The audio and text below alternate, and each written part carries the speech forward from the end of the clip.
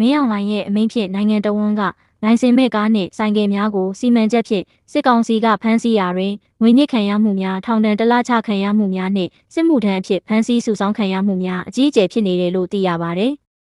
ဇွန်လ1 ရက်နေ့မှစတင်ပြီးအကြမ်းဖက်စစ်ကောင်စီကလိုင်စင်မဲ့ကားနှင့်ဆိုင်ကယ်များကိုစီမံချက်ဖြင့်ဖမ်းဆီးလျက်ရှိရာနိုင်ငံတော်ဝန်တွင်ငွေညစ်မှုများလိုင်စင်ပါရှိသည့်ဆိုင်ကယ်နှင့်ကားများကိုလည်းချင်းချောက်ငွေတောင်းမှုများလိုင်စင်မဲ့ဆိုင်ကယ်နှင့်ကားစီးနှင်းသူများကိုလည်းပစ္စည်းသိမ်း၍လူကိုလည်းတရားရုံးတင်ကထောင်ဒဏ်1 လချမှတ်မှုများလိုင်စင်မဲ့ဆိုင်ကယ်ကားစီးနှင်းသူလူငယ်တချို့ကိုလည်းစစ်မှုထမ်းအဖြစ်စုဆောင်းမှုများဖြစ်ပေါ်လျက်ရှိကြောင်းသိရှိရပါသည်